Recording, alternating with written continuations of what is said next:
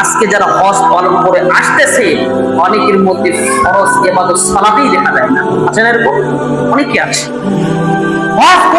হজ করে এসে তার মুখের ভাষার দিকে আপনি তাকাবেন, হায় আফসোস আফসোস লাগে। এদের হজ, এদেরকে মানুষ হাজি বলে ডাকে। এসেছে নিষাদার দ্রব্য পান করে, নেশাদার দ্রব্য পান করতেছে।